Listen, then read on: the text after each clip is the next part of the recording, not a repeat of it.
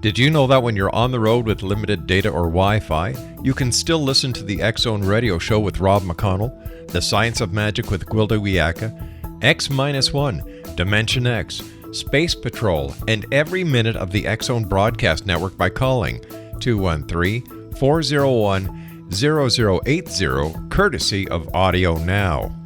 No smartphone, app, or internet needed. It saves your data plan and it's free if you have unlimited minutes. Call 213-401-0080 to listen on any phone, anytime, anywhere. Remember 213-401-0080 for the best of the paranormal, parapsychology, and sci-fi radio programming anywhere, 24/7, 365.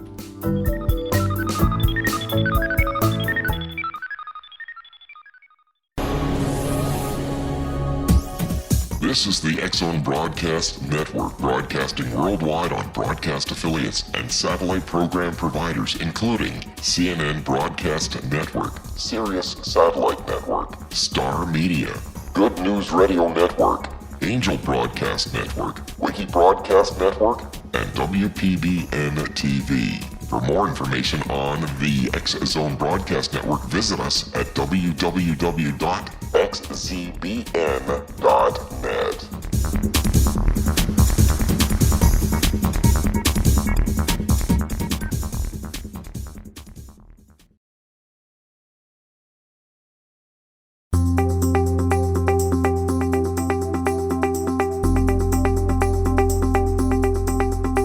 Welcome to The Secret to Everything. I am Dr. Kimberly McGeorge, and we are here on the weekend after Election Day in the U.S. And I have just got to say, we have an amazing gentleman named Brian Touhy, and he is an author of many books. But I was just talking before the show, and one of the titles of his books is The Fix Is In. And I hate to say it, but I can't think of a better title or a better person to interview. Even though we're not talking about politics, we're going to be talking about probably an even more popular subject, a more entertaining subject, which is sports. But I find it absolutely fascinating that everybody's like, yay, or horrified that their candidate didn't win. But really, to me, this is all just two sides, different sides, actually, of the same coin. And we've heard that so many times. The nature of this reality is what?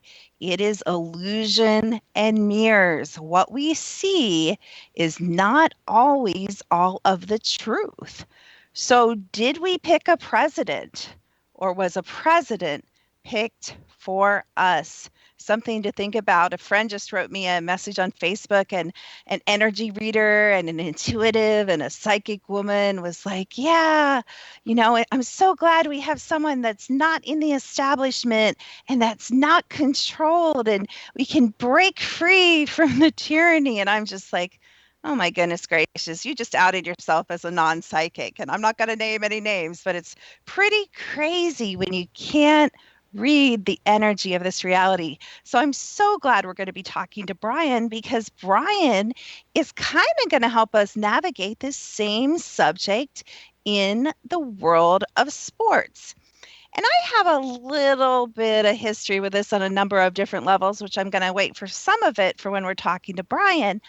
But I come from, one of the places I come from is Chicago, and we all know that, well, of course, everyone's a buzz about Chicago right now, right? Because the Cubs. But I also come from a little town called Columbus, Ohio. I'm telling you guys, you have never seen such frenzy over college football unless you are from Columbus, Ohio. You have no clue what I'm talking about, because there are no fans. And there is no hype like that of who? The OSU Buckeyes. So what I love about this conversation is not only are we going to be talking about professional sports, but we are also going to be talking about high school and college sports. We're going to be getting Brian's input and Brian's opinion on this. So I love how this all ties in with everything we talk about on The Secret to Everything and everything we do with our business and in the classes we teach, because we talk about the nature of our reality. We talk about greed and power. We talk about taking back your own power and seeing what is, so you can skillfully navigate and make wise choices for yourself and for your family. So I love, and I don't know really what's going on today. I've been doing some other things in my business, but a couple nights ago they were talking about the big, riots. And I have to laugh, because when you actually watch these big riots, it may account for a couple hundred people, if that, maybe 100 people. And I'm not saying it's not a big deal. I'm just saying, a little exaggeration in the media, I think. And again, the media plays a big role in the topic we're going to be talking about today, about sports. And I haven't had a chance to read all of Brian's books. They are very well researched, and they are extremely well written, and they're actually quite entertaining. And I'm not a sports fan, so for me to say that is something. So I've got to tell you guys something a little bit about kind of agendas. So we got these new, and I might have already told this story, but I'm going to tell it again because it blows my mind. We got these new chip cards that are supposedly high security from my credit union. And I got a call from my security division of my bank, and they said, do you know someone's using your card in Georgia at McDonald's? Well, anybody that knows me knows that that's not me, and that's not my card, because I don't go to McDonald's. And I was blown away that we are being sold a bill of goods, that these chips, and they're very deliberately using that word chip in our cards, are safer. Really?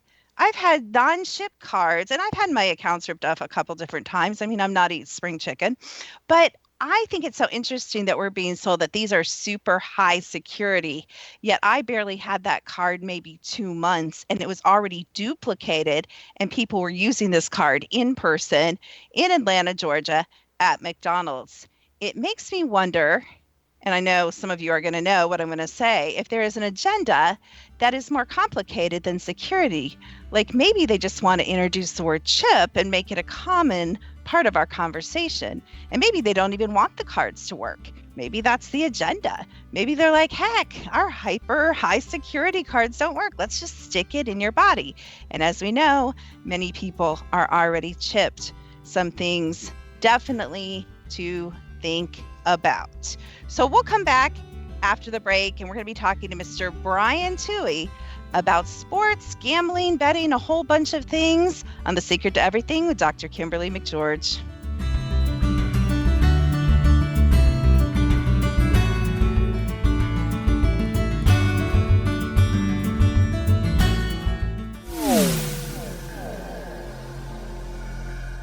This is Kevin Randall.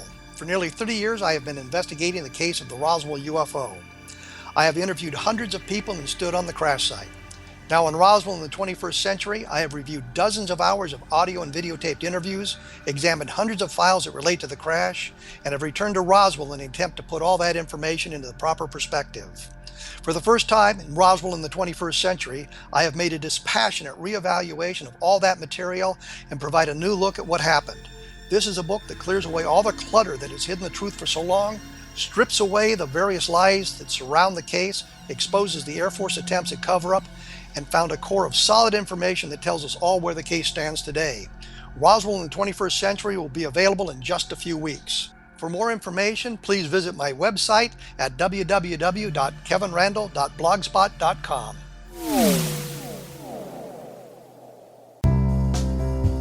Gibbs A. Williams, Ph.D., is a practicing psychoanalyst, supervisor, researcher, and author in New York City. Much of his life has been dedicated to understanding nature and the uses of meaningful coincidences or synchronicities.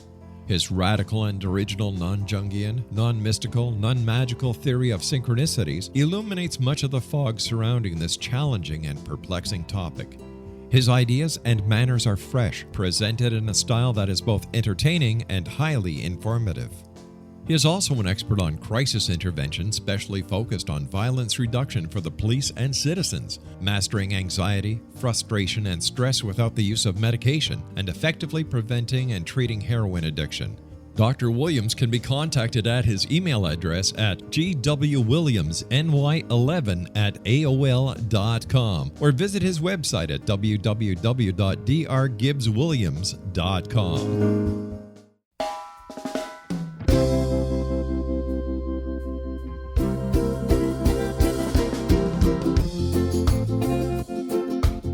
This is Johanna Carroll, host of Dialogue with Divinity on the X-Zone Broadcast Network.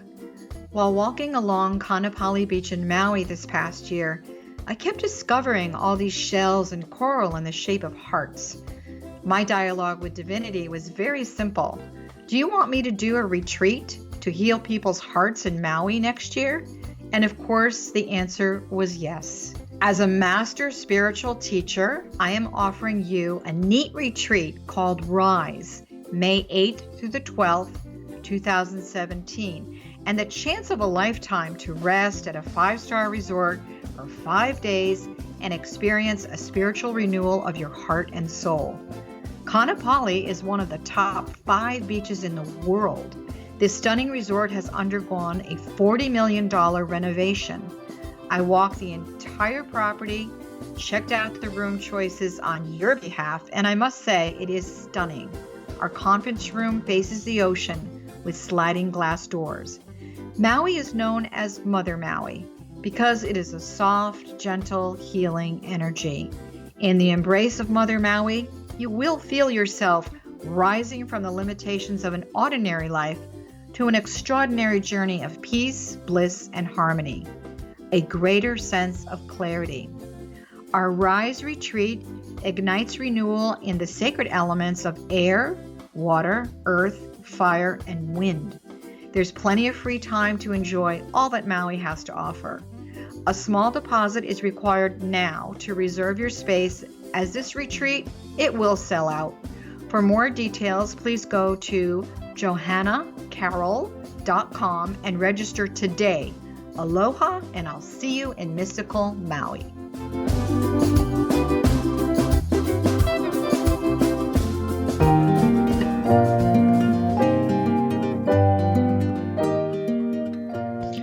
Welcome back to The Secret to Everything. I am Dr. Kimberly McGeorge, and I am here today with my guest, Mr. Brian Touhy. And I'm going to read you his bio. I don't normally talk a lot about a bio, but in this case, since you guys know I'm not a big sports person, I'm going to go ahead and tell you kind of what qualifies and where Brian's coming from. So he is the author of the books The Fixes in, Larceny Games, and A Season in the Abyss. That sounds like a good one. I'm going to have to ask him what that's about. He's recognized as America's leading expert on game fixing in sports. And nobody owns him. He's not too involved with the corporate sports media world, or not involved at all. And he talks a lot about and shares a lot about the showbiz manipulations of the NFL, the MLB, NBA, NHL, and this is a good one because we're in North Carolina, you guys. We're near Charlotte, NASCAR. We might have to ask him about that. So he talks about larceny, sports gambling, game fixing, and the FBI. He has been on many, many radio programs across the United States and Canada, including the nationally syndicated Dan Patrick Show, Coast to Coast AM, Fox Sports, Chris Myers, The Brian Kenny Show on NBC Sports Radio, and The Alex Jones Show. So welcome to The Secret to Everything, Brian. We are so happy to have you here. Well, thanks for having me on, Dr. Kim. I appreciate it. I love it. I love this topic. I really do think this is just another piece of a puzzle when we look at this, and it's part of a much bigger picture. So I love that we're talking about that. So kind of share with our audience, what led you? I mean, obviously you're a sports lover, because I was starting to read some of your books. You start to quote statistics, and you're talking about people who I have no idea who they are, and you're talking about plays. So you are not a stranger to the sports world. Could you kind of tell us how you got from being obviously a fan or an avid sports watcher at one time to, and maybe you still are, to kind of this expose guy that you are? Well, because I became a cynic, unfortunately, as I grew up. And I think it was As a kid, obviously, I was a huge sports fan, and my dad always instilled me with a sense of history as it was.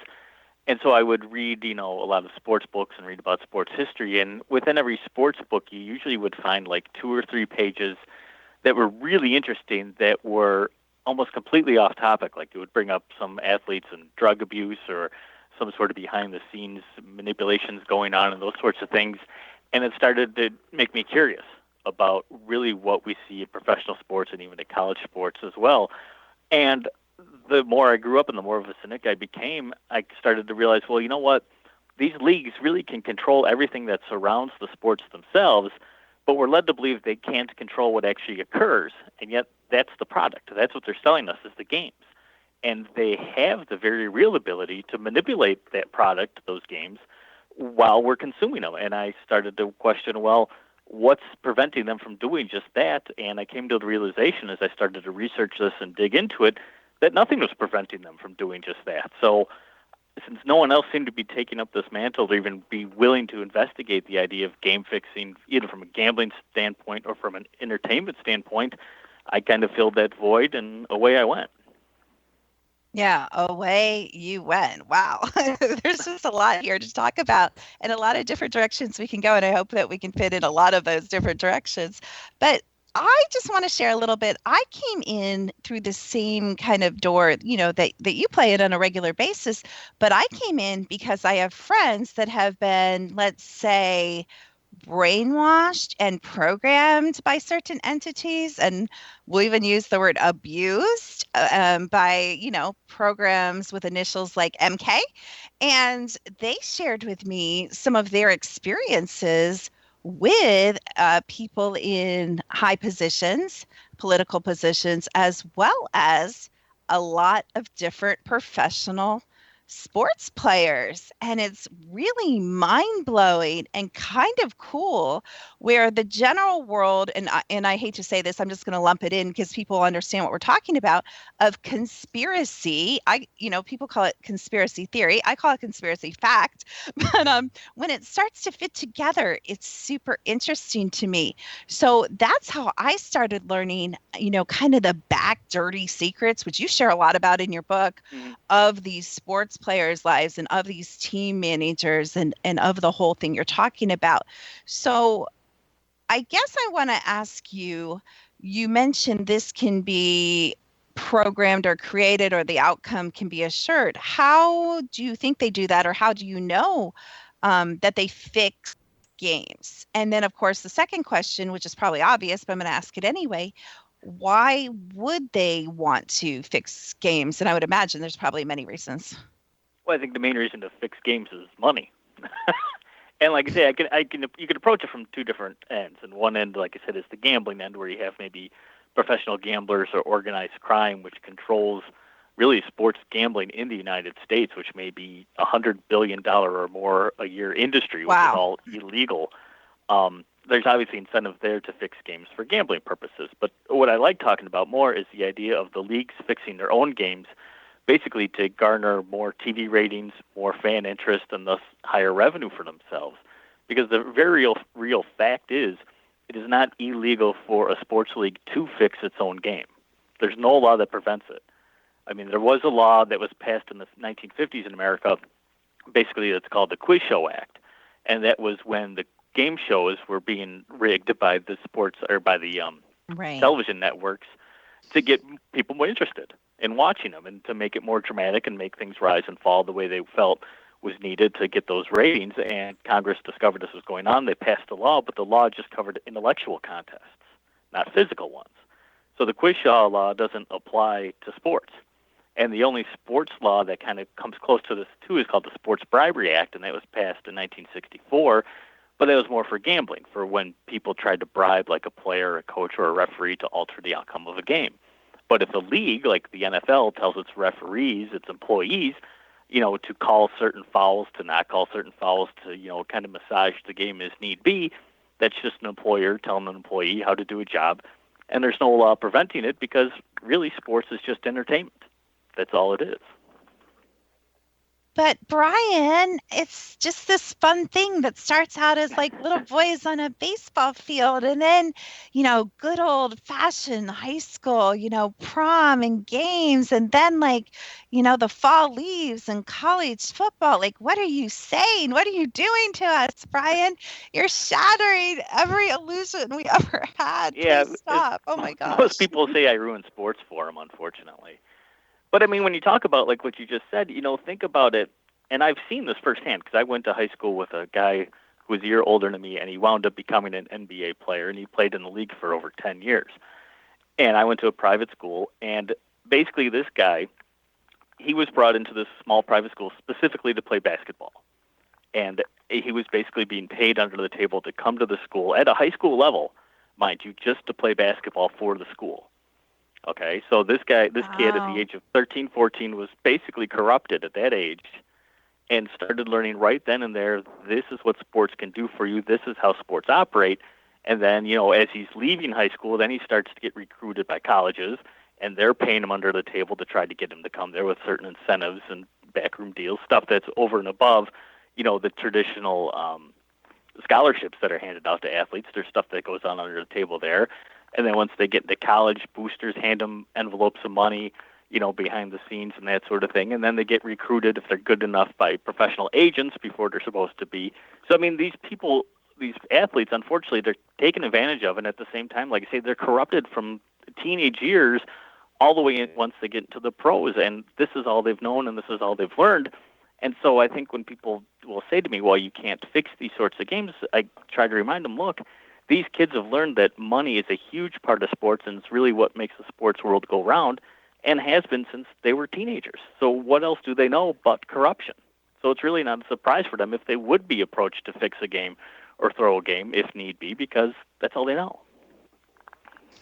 Yeah, and I just recently was talking to some people that were talking to me about and it's funny how it happened around you coming on, but they were talking about how they deliberately recruit whoever they is. There's always a they, right? But they deliberately recruit kids from poverty-stricken nations or parts of the U.S. that are more desperate or, want out of whatever their lifestyle is, and that they're more easily abused, programmed, bribed, whatever word you want to use, but basically made to do what the team or, the coach or whoever, is pulling the strings wants them to do because they're what? They're vulnerable. So really, to me, the sport becomes a very interesting web and circle of victims and perpetrators. Do you agree with that? Oh, completely. Because like I said, it unfortunately goes all the way down to high school, even sometimes before that level of, sports. As soon as a child seems to have an aptitude in some sort of sport, he's almost removed, or even she is removed from society and placed on a different pedestal because of that talent. And yeah, I mean, it can lead to good things, and not all athletes are criminals, and not all athletes are corrupt, of course. But the fact of the matter is, like you say, when people, are being brought out of a low economic area and made into a millionaire because of sports, it does make them vulnerable, because I think they recognize that, look, if I don't, perform in this sport, I'm going to be back where I just came from, and I don't want to be there. So maybe therefore that player becomes more willing and more able to go along with the, quote unquote conspiracy of fixing the game or throwing a match, because they realize if I don't do this, I might wind up back where I started. Yeah, nowhere really, or broke, or, not used to that lifestyle. So do you believe that, or have you heard any buzz that some of these performances, not only can you throw a game, which is kind of the negative aspect of what we're talking about, but have you heard about some of the athletes that have been whispered about that have been, let's say, high-tech enhanced, computer enhanced, bio enhanced, whatever words you want to use? Have you kind of talked or heard any buzz or studied that side of things as well? Well, certainly performance-enhancing drugs is everywhere in sports. I mean, from the Olympics, to soccer, to football, to, again, even into high school, kids are using steroids and performance-enhancing drugs to improve themselves. Lance Armstrong and the whole blood doping thing that happened around the Tour de France. Unfortunately, it's everywhere. And at a certain level, I think, unfortunately, fans don't care that it's everywhere.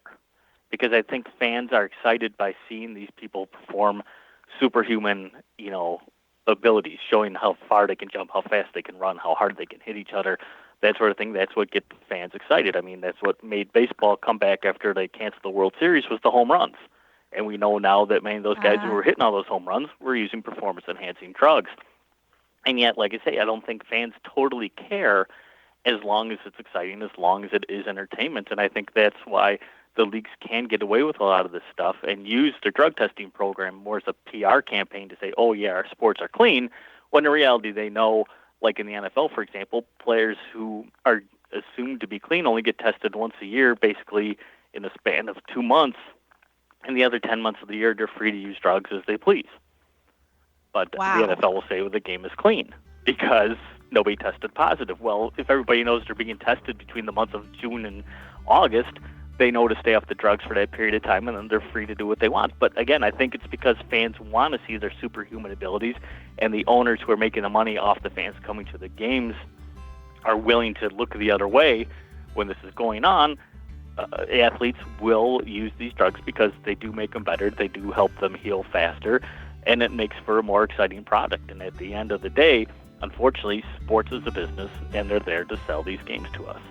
Absolutely. And we will be talking, or will we be talking, about more secrets of the sports industry when we come back with Mr. Brian Touhy on.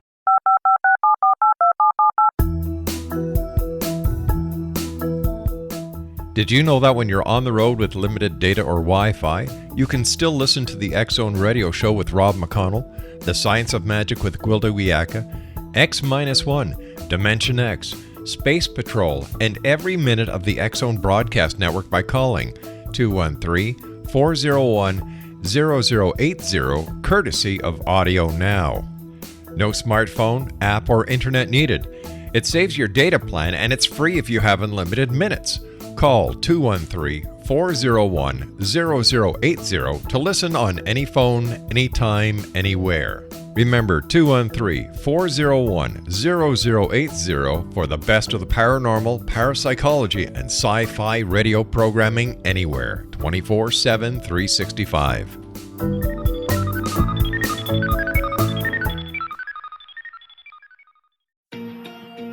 Wouldn't you love to know the secret to everything? Well then, meet Dr. Kimberly McGeorge and her cutting-edge breakthrough knowledge that combines science with possibility. Dr. Kimberly brings real-life answers and healing to those open to alternative solutions. She teaches solution-based programs and classes that will change all areas of your life forever. Specializing in conscious creation, intuitive readings, and energy medicine, you can rapidly shift health, relationships, business, and money and abundance challenges quickly. Receive her best-selling book, Secret to Everything, at no cost by going to secrettoeverything.com/X-Zone. That's right, transformation can start now. Just go to secrettoeverything.com/X-Zone and receive Dr. Kimberly's book for free.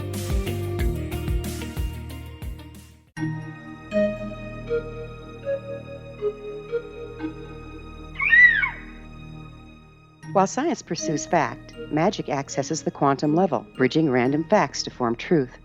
As long as science and magic remain separate and polarized, the truth cannot be known. I'm Gwilda Wiyaka. Join me on the Science of Magic radio program, dedicated to unification and evolution of consciousness. During each episode, I'll be speaking with experienced and respected scientists and mystics. From astrologers to astronomers, from medical doctors to shaman, the scientific method to dowsing and intuition, we'll weave together information from seemingly divergent practices to promote unity and enlightenment. Join me, Gwilda Wiyaka, and the Science of Magic right here on the Mutual Broadcast Network. For more information, visit www.thescienceofmagic.net.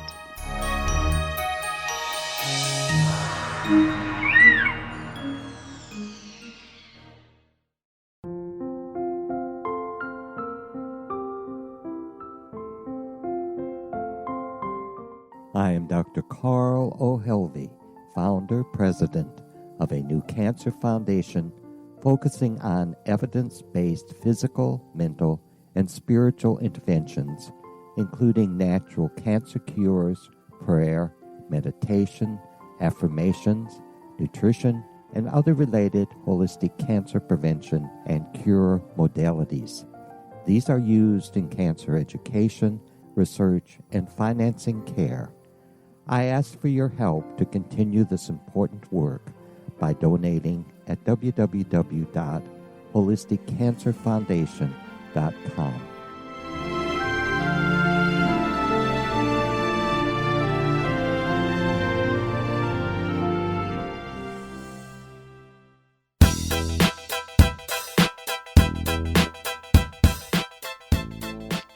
Welcome back to The Secret to Everything with Dr. Kimberly McGeorge. I am here with Mr. Brian Touhy, author of The Fix Is In, and we are talking about the world of illusion and how it relates to the entire field of high school, college, and professional sports. And that's a tall order, and we've got some more time, so we're going to dig right back in. So, Brian, picking up where we left off, I'm kind of getting the feeling of like a WWE type of thing here, where maybe that's kind of bigger, bolder, crazier, weirder hair, weirder costumes. But are we really seeing kind of the same thing in what we consider professional sports?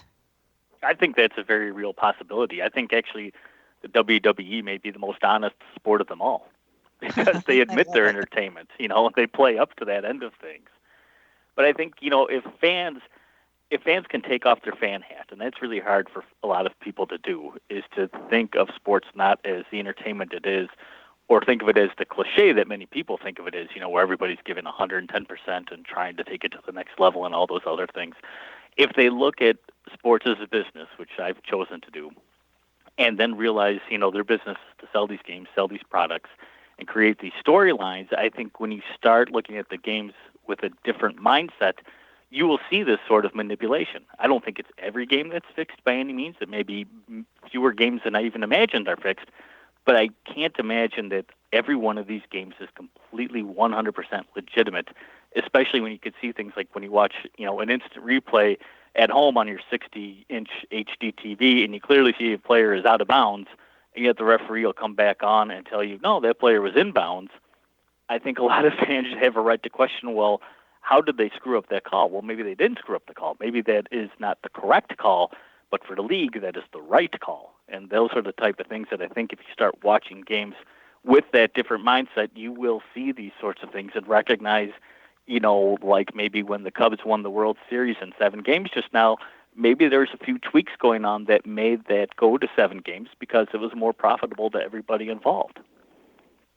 Wow. So are you saying when you start saying the word ref, you're kind of saying everyone's in on it, because I think everyone assumes that the ref is kind of like the legal, I think we just assume this, make you walk the line and they're, put their hand on the Bible. And I don't know that they do this, but it's kind of assumed, I promise to tell the truth, the whole truth, and exactly. And are you trying to say that they're in on it too? Oh, yeah. Because, again, they are employees of the league. And the league is the one, I think, who are dictating what can go on in some of these games. And, there are referees. Tim Donaghy, who was a former NBA referee who got in trouble with the law for gambling on basketball games. But he said after he got into all this trouble that the league didn't outright tell the referees how to do their job, but they hinted and alluded to certain things. And the referees were smart enough to pick up on what they were trying to say, and they would massage games in certain ways. They would give better players like LeBron James and Steph Curry more room with which to operate so they can really show off their athletic abilities, because that's what sells tickets. And I think that goes on in every sport where leeway can be given. Just a little bit of a shade is all you need sometimes to edge games in a certain way, and the referees and umpires in baseball have that ability to do so. And again, it's not illegal if they are doing that at the league's behest. It's so sad kind of, because we've all been in high school though. We've all had gym games, or we've all had the pickup games with our friends, in the hot country afternoon where, you know what I mean? The blood, sweat, and tears was real, the competition. Oh, was real. And so I think we take that with us into adulthood or into the stadiums thinking, kind of with that nostalgia feeling that this is real. But again, what comes to mind is a different comparison, which is kind of more like almost the Roman thing too, where again, actually theirs was probably more real, but where it really is. And I think there's that quote, and you could probably say it more than me. I don't know if I wrote it down, but I think it was in the Fixes In, the quote that you started off. And I think the word circus was mentioned in that quote. Can you quote that? Oh, yeah, I think the quote was the professional football is the circus of the hordes. I think and you know what? Congressman said that, actually. Yeah, I take offense to being called a horde. Do you, Brian? I mean, that's kind of offensive, but I love it because why don't we apply any number one, why don't we have critical thinking? And that's a general question. Number two, why don't we apply critical thinking? And in my organization, we do. And in your life, you obviously do. But as a general, and I'm going to say worldwide, 8 billion people, 7 billion people, I don't think we do. Why don't we apply that to every area of our life? Why don't we apply that to sports? Why don't we apply that to medicine? Why doesn't Hollywood get that treatment? Why do we choose? There must be an answer to this somewhere. Maybe you have it, Brian. Well, I think... why do we live in that illusion, the grand illusion? Well, I think one of the things that I learned when I was doing research into all of this is that there's something called basking in reflective glory, or birdie, call it. And that is basically when a person gets kind of almost like a contact high when something that they're rooting for, like a sports team, does well. You know what I mean? When the Cubs won here, I live outside of Chicago. When the Cubs won, everybody felt great. They're all happy and excited, and it wasn't because they were part of the team. They were just rooting for the team, but they kind of got that same kind of exuberance because what they rooted for did well. And you can even hear it if you listen, especially to sports radio. When people will call up, they will say, we need to do this, and we need to trade for that guy, and we need to fire our manager. Well, sorry, sir, but you're not part of the team. It's not we, it's them. But that's how people associate it. And I think that's what sports relies upon. Because like you say, I think a lot of people go back to their youth and think, boy, if I could have become a major league player, I would have led the clean life and did everything I can.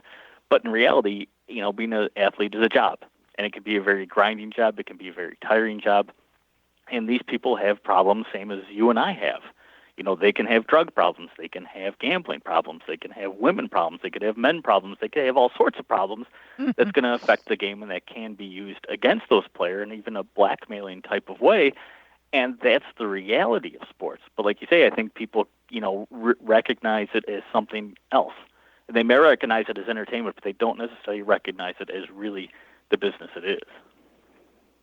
Yeah, and from what I've heard, it's possibly, and these are allegations that haven't necessarily been proven, but in some ways they have. I mean, it can get even dirtier than dirty, because some of the things I've heard are entire teams that actually reward their players, and I'm not even going to talk about it on here because it's so hideous, but with unheard of illegal rewards for winning certain games or certain series. And yes, I'm talking about baseball, obviously, when I start dropping the word series, but just unmentionable things that are being done to motivate, control. I think you used the word blackmail. Again, I believe some of these players are both victims and perpetrators of, some of this horrific things that go on, not just drinking, not just drugs, which, I mean, on some level, depending what they're doing, are illegal activities in themselves.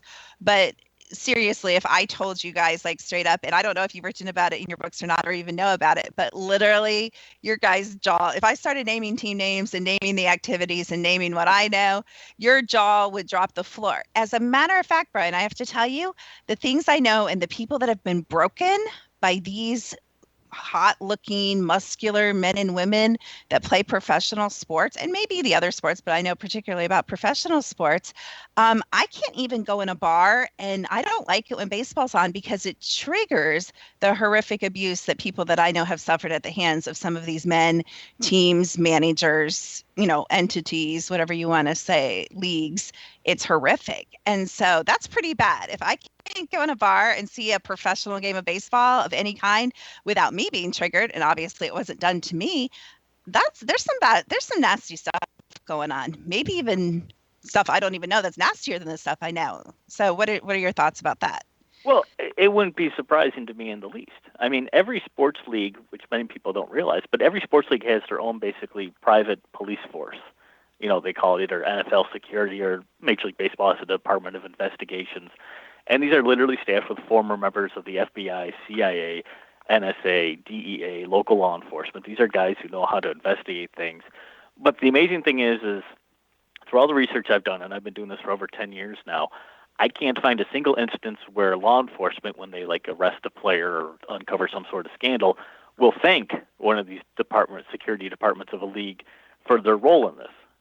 It just doesn't happen. So what I think happens is these security departments exist within the leagues basically to cover up things like that, to cover up crimes, to cover up corruption, and make sure it doesn't come to the forefront. And I've even seen it in some of the FBI files I obtained for my book Larceny Games, where the FBI will literally write that, in one case, the NFL was completely whitewashing an investigation the FBI was conducting because of their security department. They have that kind of power, and they have the ability to clamp down on the things that go on with underneath that nobody hears about because they also control the media. In fact, the media, sports media, funds professional sports. ESPN, NBC, Fox, they all fund the NFL. They fund the NBA. So are they really going to go against, their investment in these leagues by revealing the true information that they know about them? No, because it's not the best business decision to make. Now, Brian, what do you mean when you say they fund, these teams and these organizations and these sports? Can you explain that? The NFL, for example, makes approximately $10 to $11 billion a year, and $6 billion of that comes from Fox, from ESPN, NBC, and what's the other one? CBS. So I mean, they literally, without that $6 billion, the NFL would not exist in the way we know it today, because it can't exist just on ticket sales. And the same with Major League Baseball. Major League Baseball makes about $5 billion a year from broadcast rights. The NBA makes about $5 billion a year from broadcast rights, and that's all coming from the networks that are broadcasting these games.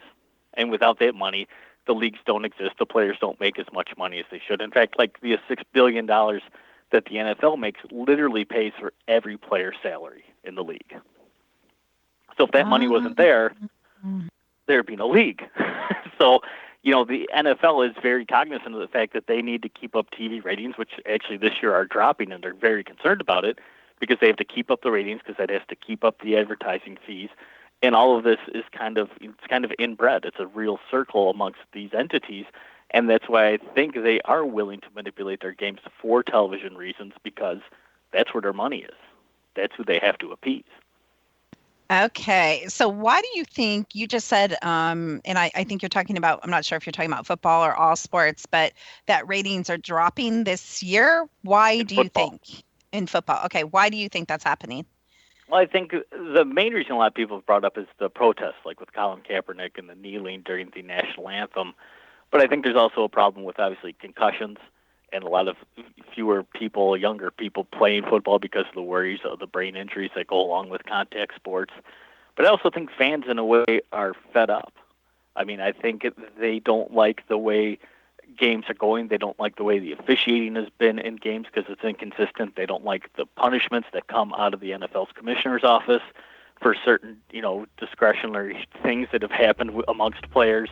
I think fans are they're really unhappy with the inconsistency, and I think some of them are seeing what I see, that these games aren't really on the level, that there is some sort of manipulation going on, and they'd rather have pure sport, but that's not what we're going to get because that's not what they think is entertaining to us.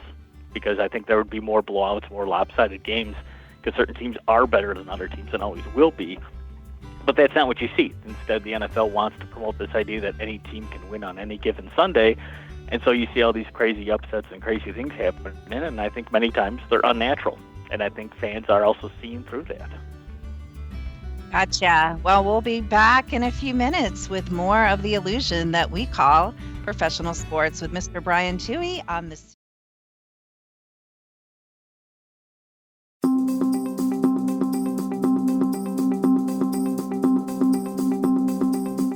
As host of Dialogue with Divinity, I am thrilled to join the X-Zone Broadcast Network and their growing number of affiliates.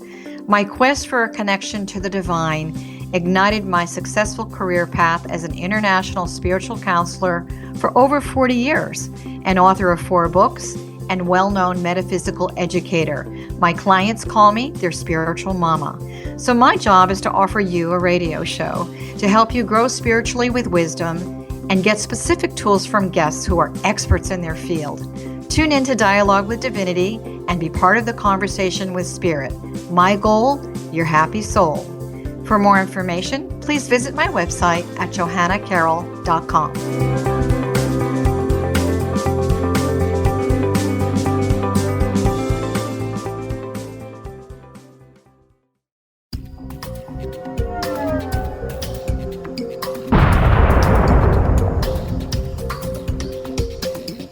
Coming soon to the X-Zone Broadcast Network is A Different Perspective with me, Kevin Randall, as your host. We'll be taking a close look at what is happening in the world of UFOs today with side trips into the paranormal. Guests will range from those who are household names to those who have a different perspective on a variety of topics. No topic will be taboo, but there will be tough questions asked as we all search for the truth about UFOs, the paranormal, and those things that excite us. Sometimes we'll agree with a guest and sometimes we won't, but we'll try to keep the program topical. For those of you who would like to read, be sure to visit www.kevinrandall.blogspot.com and remember to listen to the other fine programs on the X-Zone Broadcast Network at www.xzbn.net.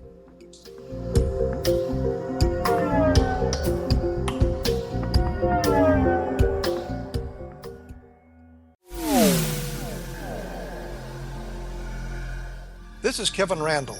For nearly 30 years, I have been investigating the case of the Roswell UFO. I have interviewed hundreds of people and stood on the crash site. Now in Roswell in the 21st century, I have reviewed dozens of hours of audio and videotaped interviews, examined hundreds of files that relate to the crash, and have returned to Roswell in an attempt to put all that information into the proper perspective. For the first time in Roswell in the 21st century, I have made a dispassionate reevaluation of all that material and provide a new look at what happened. This is a book that clears away all the clutter that has hidden the truth for so long, strips away the various lies that surround the case, exposes the Air Force attempts at cover-up, and found a core of solid information that tells us all where the case stands today. Roswell in the 21st century will be available in just a few weeks. For more information, please visit my website at www.kevinrandall.blogspot.com.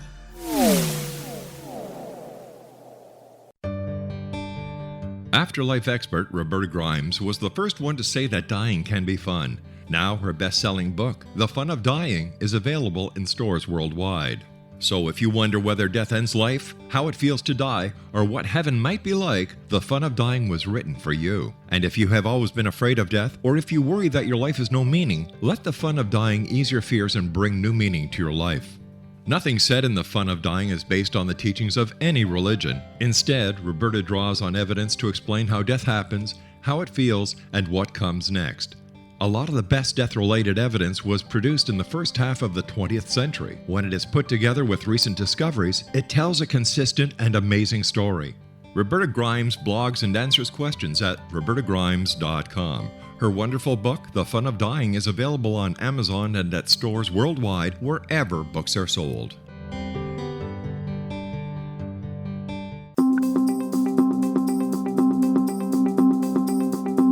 You're listening to The Secret to Everything with Dr. Kimberly McGeorge, and I am here with Brian Touhy, and we are having a very lively discussion about what we call professional sports, and maybe what it really is not quite what we think. And as we were talking through our last segment, Brian, what came to mind was it reminds me a little bit of the paranormal field, which I've been a part of for most of my life. And I've been on many investigations and worked with some of the big teams that are on TV. And we regularly interview people from those teams on here. But for some reason, when you're talking about playing real sports versus the way we see and watch sports now, like if it was a real natural game, it reminds me of if we put a real paranormal investigation on TV. I mean, from setup at 4 p.m. to when we leave at 5 or 6 a.m., there would be no one that watched it. I'm telling you, it would be boring.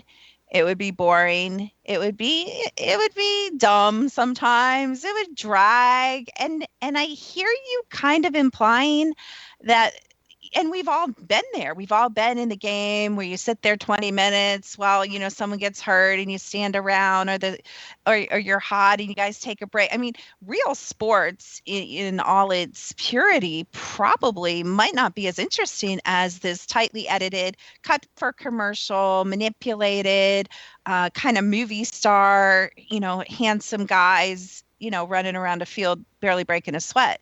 What's your thoughts about that? I think you're right, because I think many times people have referred to sports as the best reality television show out there.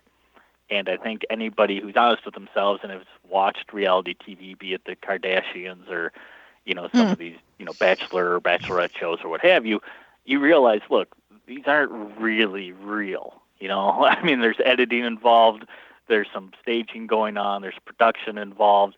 It's not as exciting as they make it out to be. We realize that reality TV isn't real. And yet, if you want to call sports reality TV, then aren't you just kind of admitting, well, maybe this isn't really real either? That maybe there is some sort of manipulation going on behind the scenes to make it more entertaining. And I'd like to equate it to, like, if you talk about McDonald's, for example. And if McDonald's had the ability to put an additive into their meat that would make it taste better every time you took a bite of their hamburger, and it was perfectly legal for this additive to be added, it was FDA approved and all that stuff, well, McDonald's would put it in their burger tomorrow, right? Because they would sell more hamburgers. Well, that's right. Exactly what professional sports can do. They can actually manipulate their games while you're watching them to make it more exciting, to make it a close contest into the fourth quarter, into the 2-minute warning, or into that final basket. So why aren't they doing it? They can legally do it. What's stopping them? The only thing is this perceived idea of integrity. And I think if you look at these sports as the businesses they are, you realize they don't really have a lot of integrity. So, again, what's stopping them from doing just that? Yeah, when there's any money, I mean, it can be $1, or it can be $100 billion. I find wherever there's money, there's corruption, usually absolute corruption, beyond absolute corruption. And I love what you said about that. And it's funny because I actually majored in mass media many years ago in my undergraduate degree in college. And the first thing I learned in mass media, which, this is a form, broadcasting is a form of mass media on television when you televise sports. The first thing we learned was when you turn a camera on anything, it ceases to become natural, and it becomes what we now call, what you said, reality TV. In essence, the second you turn a camera on someone, there's something in us that starts what? Acting, hiding, manipulating, wanting to appear better than we are, different than we are, bigger than we are, whatever, you can put in whatever word you want. So there's definitely something to your, very astute observation and use of that term reality TV. And I have to tell you, believe me, it broke my heart when I discovered The Bachelor and Bachelorette wasn't real too. I was like, what? I know people that have been on it now, and I'm like, don't tell me. It kind of ruins it, Brian. It just kind of ruins it, dang it. Well, I know I'm going to get yelled at by my region. I live in North Carolina if I do not ask you about NASCAR. Now, certainly, Brian, please do not ruin auto racing for me. Please tell me. Don't ask me the question. Don't ask the question if you don't want an answer. No. Please tell me. So are you saying, by that answer, are you saying every professional sport, even car racing, can be manipulated? And how the heck do they do that? Oh, certainly it can be manipulated. I mean, you think about horse racing. Horse racing, we know, has been fixed for decades. And the main reason they do it is because the horses can't talk. They can't tell you what's going on, right? That's true. Well, it's the same thing with the cars. The cars don't talk. They can't tell you what a driver is doing. They can't tell you what manipulations have been made to the car themselves that may be legal or illegal in NASCAR circles. So there's a lot of wiggle room just there with the car's performance. If you gave a car in a restrictor plate race 1/32nd of an inch more space, that car's going to go faster. And yet if nobody notices that 1/32nd of an inch difference, then it's going to be legal for that car to basically be illegal. So, I mean, there's ways of doing that. There's other things within NASCAR. There's the legend of the call, where because NASCAR is actually a privately owned company, It's owned by the France family, unlike the NFL or Major League Baseball. One family owns NASCAR. There's a legend, well, they call it a legend, a conspiracy theory, if you will, where they would call certain drivers and say, basically, today's not your day. And the drivers would capitulate to that because certain sponsors needed a boost or certain car manufacturers needed a boost, so they would make sure certain cars would win. Unfortunately, I'm not making that up.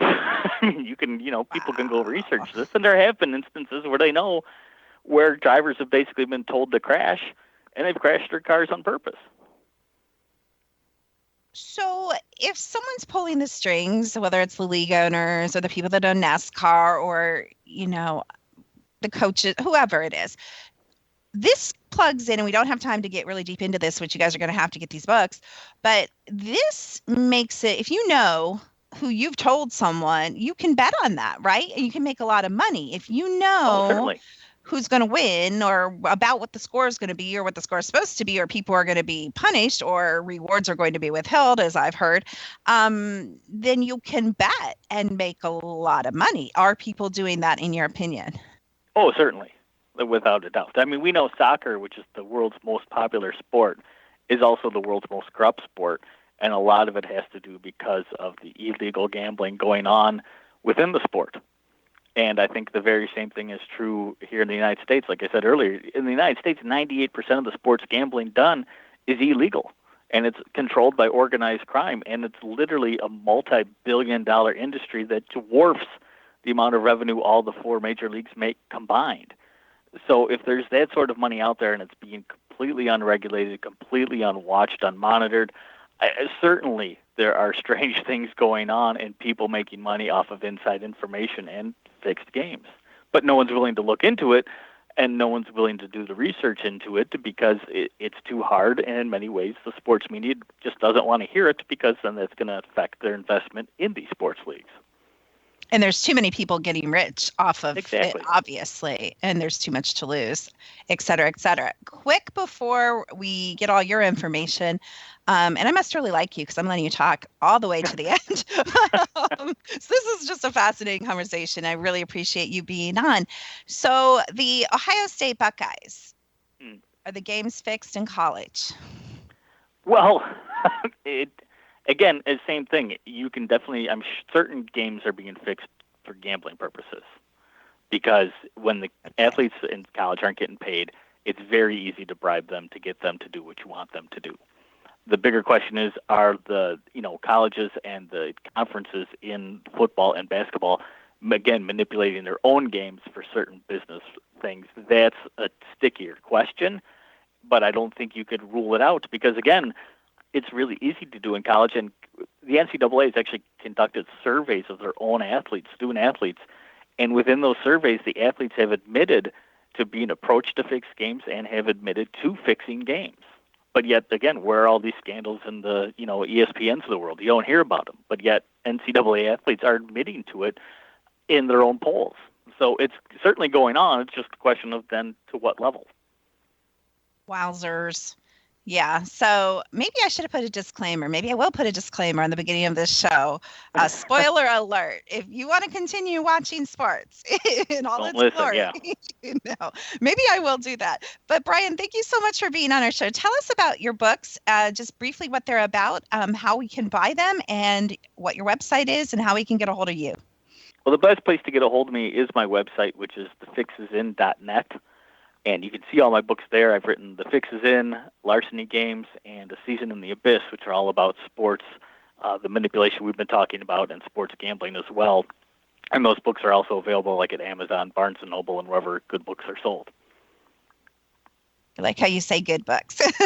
Well, we appreciate you so much. You know what? I just have to say thank you. You totally represent what my organization stands for. Thank you for exposing truth. What you guys choose to do with it who are listening is your choice. But I definitely think you're bringing light to actually quite a dark area, that a lot of people spend a lot of time and a lot of money on. And if they knew what you and I know and what you teach so much about and have studied and brought forth the proof of, I think they might choose to spend their money a little differently, possibly, and maybe even their time a little differently. Because one of my biggest beefs with sports actually is the fact that you're watching it you're not doing it. And, a little of that is okay, but we all know, we've kind of all become couch potatoes. So thank you so much for being on The Secret to Everything. I'd love to have you back.